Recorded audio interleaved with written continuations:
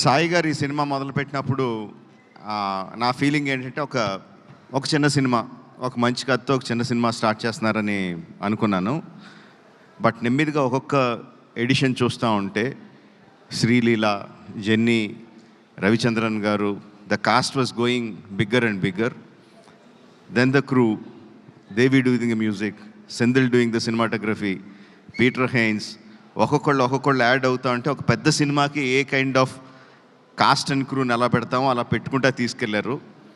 అది చిన్న సినిమాలైనా పెద్ద సినిమా చేశారు. అంటే పెద్ద సినిమా అంటే అదేదో బడ్జెట్ దీని గురించి అని కాదు. ఈరోజు 1000+ స్క్రీన్స్తో రిలీజ్ అవుతుందంటే cinema that comes only from the interest of the audience.